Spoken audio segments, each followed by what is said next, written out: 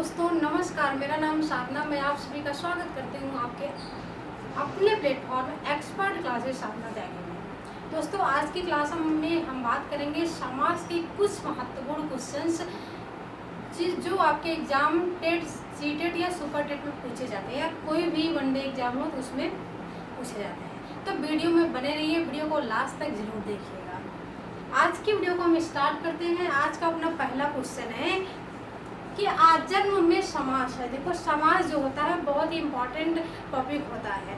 आज हम समाज के 20 क्वेश्चंस को की बात करेंगे। 20 क्वेश्चन में आपके सारे समास आ जाएंगे। बहुत ही ज़्यादा बेनिफिशियल होने वाली है ये वीडियो, तो वीडियो में बने रहिए जरूर, ठीक है।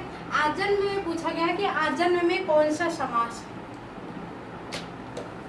तो पहला है द्विगु समास, दूसरा है द्वंद्व समास, तीसरा है अव्ययभाव समास और चौथा है तत्पुरुष समास। जब आजन्म या किसी शब्द के आगे जब आ लग जाता है, प्रति लग जाता है, यथा लग जाता है, तो बहुत ज़्यादा कंफ्यूजन क्रिएट होता है कि इसमें कौन सा समास होगा। क्योंकि अगर द्वंद्व की बात की जाए तो और लग जाएगा, हमें समझ आ जाता है, चलो ये द्वंद्व समास हो जाएगा, ठीक है। दिग को अगर संख्यावाची पद प्रधान हो तो उसमें दिग हो जाता है। बहुरी में अगर तीसरा पद प्रधान हो तो वो भी समझ आ, चलो ठीक है। लेकिन आजन्म में अगर पूछा जाए कि आजन्म में किसी अगर शब्द के आगे आ लग गया, प्रति लग गया, यथा लग गया या फिर कुछ और लग गए हो शब्द के आगे जो उपसर्ग से जुड़े हो, तो हमें कंफ्यूज कर देते हैं कि यार इसमें कौन सा समास होगा। तो पहला है द्विगु समास। द्विगु समास में क्या होता है, जब संख्यावाची पद प्रधान होता है, यानी कि जिसमें नंबर डिजिट की बात की जाए वहाँ पर द्विगु समास होता है। द्वंद्व के जब और का लोप होता है, यानी कि जब दोनों पद क्या होते हैं आपस में बराबर होते हैं, तो वहाँ पर द्वंद्व समास होता है। अव्ययभाव समास का मतलब होता है कि जिसमें पहला पद है, अव्यय देखो पहला पद क्या है, आ है, इसमें ट्रिक क्या है, आ है। अगर आ हो, प्रति हो, यानी जिसमें अव्यय हो, उपसर्ग हो, उपसर्ग हो, ये सभी अगर आ जाए तो समास कौन सा होगा, वो समास हो जाएगा आपका अव्ययभाव समास। और अव्यय में क्या है, आ यहाँ भी है, आ यहाँ भी है। और तत्पुरुष में क्या होता है, दूसरा पद प्रधान होता है, यानी कि जिसमें जो है कारक चिन्हों का लोप हो, वहाँ पर तत्पुरुष समास होता है। तो ऐसा यहाँ पर कुछ भी नहीं है, यहाँ पर आ आया है। आजन्म मतलब जीवन भर, आजन्म मतलब क्या होता है, जीवन भर होता है, तो यहाँ पर क्या हो जाएगा, अव्ययभाव समास हो जाएगा, ठीक है। क्वेश्चन नंबर दूसरा है कि प्रतिक्षण में समास है। अभी हमने बताया प्रतिक्षण, अगर हम इसको अलग करते हैं तो क्षण क्या हो जाएगा, अलग हो जाएगा, और प्रति क्या हो जाएगा, अलग हो जाएगा, यानी क्षण भर। प्रति का मतलब क्या होता है, प्रत्येक, और क्षण का मतलब क्या होता है, क्षण, यानी कि प्रत्येक क्षण। जहाँ पर प्रत्येक क्षण की बात की जाए तो वहाँ पर कौन सा समास होगा, तो वहाँ पर होगा अव्ययभाव समास, क्योंकि यहाँ पर उपसर्ग क्या है, प्रति लगा हुआ है। तो हमें आगे कुछ भी नहीं देखना, हमारा ट्रिक क्या है कि जिसमें पहला पद क्या हो, उपसर्ग से जुड़ा हो या फिर अव्यय हो, आ से जुड़ा हो, प्रति से जुड़ा हो, यथा से जुड़ा हो, तो वहाँ पर क्या हो जाएगा, अव्ययभाव समास हो जाएगा। यहाँ पर पहला विकल्प क्या हो जाएगा, लॉक हो जाएगा। तो दोस्तों ये वीडियो आपको कैसी लग रही है, अगर अच्छी लग रही है तो लाइक करना। अगर आप सेशन में पहली बार जुड़े हैं तो चैनल को सब्सक्राइब जरूर करना हमारी अदर वीडियो देखने के लिए। साथ ही बेल आइकन को प्रेस करना जिससे वीडियो को नोटिफिकेशन आपको मिलता है। चलो आगे बढ़ते हैं क्वेश्चन नंबर 3 पे। इसमें क्या पूछा गया है कि यथाशक्ति में समास कौन सा है। यथाशक्ति, यथाशक्ति, यथा से निकल रहा है क्या, कि जिसके पास बहुत सारी शक्ति हो, यथा शक्ति, सबसे ज्यादा शक्ति। तो यहाँ क्या कौन सा समास होगा, तो पहला है कर्मधारय समास, दूसरा है द्विगु समास, तीसरा है द्वंद्व समास और चौथा गया है तत्पुरुष समास। तो यहाँ पर कौन सा समास होगा, यहाँ पर यथाशक्ति, यहाँ पर एक मिस्टेक हुआ है कि यहाँ पर यथा क्या है, अव्ययभाव समास होगा, और यहाँ पर हमने अव्ययभाव समास नहीं लिया, तो यहाँ पर द्वंद्व को हम क्या करते हैं, इरेज कर देते हैं और लिख देते हैं यहाँ पर अव्ययभाव समास,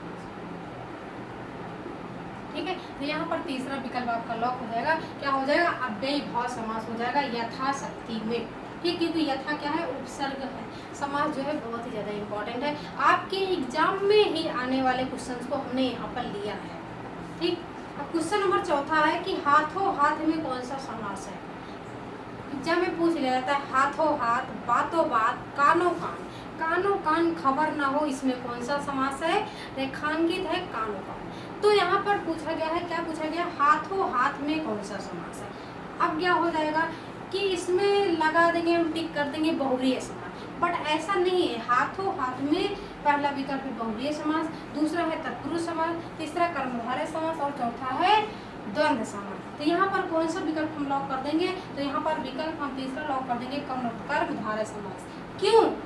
हाथों हाथ है, इसमें हम कर्मधारय समास से क्यों लॉक कर देंगे? क्योंकि यहाँ पर क्या है कि हाथों हाथ का मतलब होगा एक हाथ से दूसरे हाथ। यहाँ पर क्या पूछा गया है? एक हाथ से दूसरे हाथ, एक हाथ से दूसरे हाथ की बात की गई है। तो यहाँ पर कौन सा समास होगा? कर्मधारय समास होगा। और कर्मधारय की क्या होता है? कर्मधारय में कि जिसमें विशेषण और विशेषता की बात की जाए, किसी के गुण दोष रूप रंग की बात की जाए, वहाँ पर कर्मधारय समास होगा। और यहाँ पर क्या है? यहाँ पर इसका गुण कि एक हाथ से दूसरे हाथ की विशेषता बताई जा रही है कि एक हाथ से दूसरे हाथ। तो ये अभी ये चौथा क्वेश्चन नंबर 4 का कौन सा विकल्प लॉक करेंगे? तो क्वेश्चन नंबर 4 का हम तीसरा विकल्प लॉक कर देंगे, कर्मधारय समास हो जाएगा। ठीक। क्वेश्चन नंबर 5 है कि गौशाला में कौन सा समास है। क्या पूछा गया? गौशाला पूछा गया। तो गौशाला में कौन सा समास है? तो पहला विकल्प है तत्पुरुष समास है, दूसरा विकल्प है द्विगु समास है, तीसरा है कि द्वंद्व समास है और चौथा विकल्प है कि अव्ययीभाव समास है। अव्ययीभाव समास में क्या होता है? जिसमें पहला पद क्या होता है? अव्यय यानी उपसर्ग से जुड़ा हो, तो ये तो होता नहीं। ठीक है। द्वंद्व की बात करें जब और चिन्ह लगा हो, यानी कि जब बीच में योजक चिन्ह लगा हो तो होगा वहाँ पर द्वंद्व समास, ये भी नहीं होगा। द्विगु समास की बात करें तो अगर संख्यावाची पद हो तभी यहाँ पर द्विगु समास होगा, तो ये भी नहीं होगा। अब हमारा बचता है एक विकल्प, सिर्फ तत्पुरुष समास, यानी कि फिर गौशाला क्या है? तत्पुरुष समास हो जाएगा, यानी कि गायों का शाला, यानी कि गाय जहाँ पर रखी जाती हैं, जहाँ पर बांधी जाती हैं, उसी को गौशाला बोलते हैं, गायों का शाला। ठीक। तो यहाँ पर पहला विकल्प लॉक हो जाएगा कि गौशाला में कौन सा समास है? तो तत्पुरुष समास है। क्वेश्चन नंबर 6 है कि इनमें से कौन सा द्वंद्व समास का उदाहरण नहीं है। यहाँ पर क्या पूछा गया? नहीं पूछा गया। कभी कभी है पूछा जाता है, कभी कभी नहीं पूछा जाता है। तो आपको जो है यहाँ लास्ट में देखना है कि है या फिर नहीं है। तो यहाँ पर क्या पूछा गया कि इनमें से कौन सा द्वंद्व समास का उदाहरण नहीं है। तो 4 विकल्प होंगे, जिसमें से एक विकल्प ऐसा होगा जो द्वंद्व समास का उदाहरण नहीं होगा। तो पहला है रात दिन, दूसरा है पाप पुण्य, तीसरा है माता पिता और चौथा है तिरंगा। ठीक। तो पहला विकल्प क्या है? रात दिन। बीच में क्या लगा है? योजक चिन्ह लगा है। ठीक। क्या है? अगर बीच में योजक चिन्ह लगा हो तो योजक का मतलब क्या होता है? बीच में और की बात की जा रही है कि माता, रात और दिन दोनों क्या होंगे? इसमें बराबर पद होते हैं। तो ये क्या है? द्वंद्व समास है। ठीक। ये क्या है? द्वंद्व समास है, तो ये भी नहीं होगा। दूसरा है पाप पुण्य, अगर कोई पाप करता है, किसी जानवर को मार दिए तो क्या पाप हो गया, उसको बचा लिया क्या हो गया? पुण्य हो गया। तो ये क्या है? दोनों पद क्या बराबर हैं, तो यहाँ पर ये भी नहीं होगा। ठीक। तीसरा है माता पिता, माता और पिता, माता और पिता, ये भी नहीं होगा। और क्या पूछा गया है कि द्वंद्व समास का उदाहरण नहीं है, तो ये तीनों क्या है? द्वंद्व समास के उदाहरण है। और तिरंगा, यही क्या है? द्वंद्व समास का उदाहरण नहीं है। तो किसका उदाहरण है? अगर तिरंगा द्वंद्व समास का उदाहरण नहीं है तो किसका उदाहरण है? तो तिरंगा की बात की जाए तो इसमें क्या है? तिरंगा, यानी कि 3 रंगों की बात की जा रही है। 3 रंगों से क्या बनता है? तिरंगा बनता है। तो 3 रंगों का समूह यानी 3 रंगों का समाहार तो हो जाएगा तिरंगा, यही होगा द्विगु समास, यानी कि द्वंद्व समास नहीं होगा। ठीक। तो यही विकल्प हमारा लॉक हो जाएगा, चौथा विकल्प। ठीक। क्वेश्चन नंबर 7 है कि राजा रंग में समास है। अभी हमने बताया कि अगर बीच में योजक चिन्ह लगा हो तो इसका मतलब क्या होता है कि और होता है। क्या होता है? और होता है।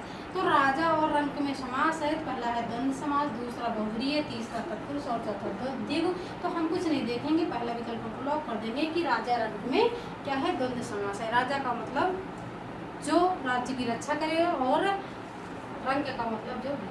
ठीक। राजा का मतलब जिसके पास सारा कुछ हो और रंग का मतलब जिसके पास कुछ भी ना हो। धन, तो वो क्या हो जाएगा, रंग हो जाएगा। पहला सवाल यानी पहला पद क्या हो जाएगा, पहला विकल्प लॉक हो जाएगा। क्वेश्चन नंबर 8 है कि इनमें से कौन सा बहुव्रीहि समास है। यहाँ पर क्या पूछा गया, बहुव्रीहि समास है। अभी हमने ऊपर देखा नहीं है और यहाँ पर पूछा गया है। ठीक, तो पहला है नीलकमल, दूसरा है पंचानन, तीसरा है चतुर्मुख और चौथा है राधा और कृष्ण। यहाँ क्या है, ये तो यही होगा नहीं। पहला है नीलकमल, नील का मतलब क्या होता है, नीला। किसी के रंग की बात की जा रही है कि कमल कैसा है, तो नीला है। तो ये क्या हो जाएगा, ये हो जाएगा कर्मधारय समास। क्या हो जाएगा, कर्मधारय। दूसरा है पंचानन, पंचानन क्या होगा, 5 आननों का समूह। कभी कभी पंचानन में क्या हो जाता है कि हम कंफ्यूज होकर बहुव्रीहि समास लगा देते हैं, बट क्या होगा यहाँ पर पंचानन में बहुव्रीहि समास नहीं होगा, यहाँ पर होगा आपका द्विगु समास। क्योंकि पंचानन क्या है, ये द्विगु समास है। आप इसको नोट डाउन कर लेना कि पंचानन जो है द्विगु समास है, 5 आननों का समूह। तीसरा है चतुर्मुख, चतुर्मुख मतलब 4 मुख हो जिसके, अर्थात ब्रह्मा। यहाँ पर क्या हो, तीसरा पद निकल रहा है कि 4 मुख हो जिसके, ब्रह्मा की बात की जा रही है, यही द्विगु समास हमारा हो जाएगा।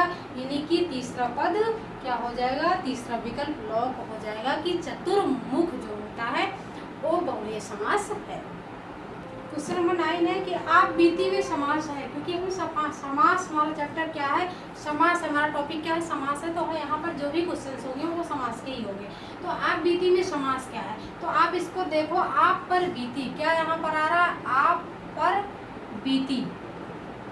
आप पर जो बीती हो उसी को कहते हैं आप बीती। तो यहाँ पर क्या आ रहा है, बीच में पर आ रहा है। और पर किस में आता है, जब हम कारक चिन्ह पढ़ते हैं तो वहाँ पर आता है। और पर किस में आता है, अधिकरण में पर आता है। तो यानी कि अधिकरण तत्पुरुष समास है। यहाँ पर पहला है तत्पुरुष समास, दूसरा द्विगु, तीसरा द्वंद्व और चौथा कर्मधारय है। क्योंकि यहाँ पर अधिकरण तत्पुरुष नहीं है, इसलिए हम तत्पुरुष को लॉक कर देंगे कि जो है ये आप बीती में तत्पुरुष समास है, क्योंकि हम बहुत तेजी के साथ अब बढ़ेंगे आगे। क्वेश्चन नंबर 10 है कि काली मिर्च में कौन सा समास है। तो यहाँ पर पहला है कर्मधारय, दूसरा तत्पुरुष समास, तीसरा द्वंद्व समास और चौथा इनमें से कोई नहीं। तो यहाँ पर किसकी विशेषता बताई जा रही है, कि मिर्च की विशेषता बताई जा रही है कि मिर्च कैसी है, काली है। ठीक, तो यहाँ पर पहला पद, पहला विकल्प लॉक हो जाएगा। कर्मधारय समास में क्या होता है, जिसमें विशेषण और विशेषता की बात की जाए तो मिर्च की क्या विशेषता है, मिर्च कैसी है, तो मिर्च काली है। ठीक, क्वेश्चन नंबर 11 है कि एक दंत में समास है। इसको तो सभी को पता होगा, एक दंत महाओ। ठीक, कौन सा समास होगा, पहला बहुव्रीहि, दूसरा कर्मधारय, तीसरा अव्ययी और चौथा उपयुक्त सभी। तो एक दंत में कौन सा समास होगा, कर्मधारय तो होगा नहीं। एक दांत किसके हो गए, तो गणपति गणेश जी के। तो यहाँ पर कौन सा विकल्प लॉक हो जाएगा, पहला विकल्प कि एक दंत में बहुव्रीहि समास होगा। क्वेश्चन नंबर 12 है कि चंद्रमुख में समास है। पहला अव्ययी भाव समास, दूसरा कर्मधारय समास, तीसरा द्विगु समास और चौथा बहुव्रीहि समास। चंद्रमुख, चंद्रमा के समान मुख, यानी कि चंद्र के समान मुख।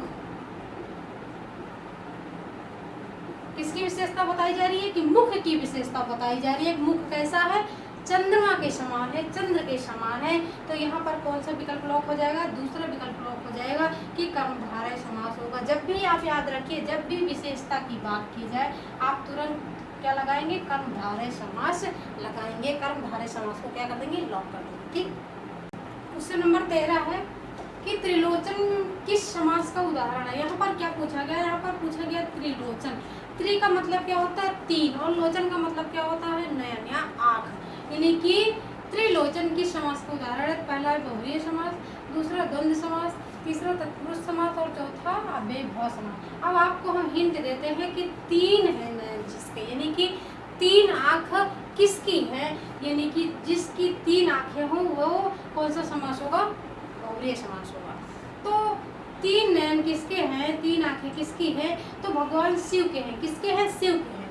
3 आँखें हैं जिसके, अर्थात भगवान शिव। तो यहाँ पर कौन सा समास होगा, यहाँ पर हो जाएगा बहुव्रीहि समास, यानी कि पहला विकल्प लॉक हो जाएगा। क्वेश्चन नंबर 14 है कि पथ भ्रष्ट में समास है। अगर आप पथ से क्या हो जाएगा, भ्रष्ट हो जाओ, पथ से भ्रष्ट हो जाओ, रास्ते से भ्रष्ट हो जाओ, तो उसमें कौन सा समास होगा, तो कहते हैं ना कि हम पथ भ्रष्ट हो गए। तो कौन सा समास होगा? तत्पुरुष, दूसरा द्विगु, तीसरा कर्मधारय और चौथा अव्ययीभाव समास। क्या होगा? पथ से भ्रष्ट,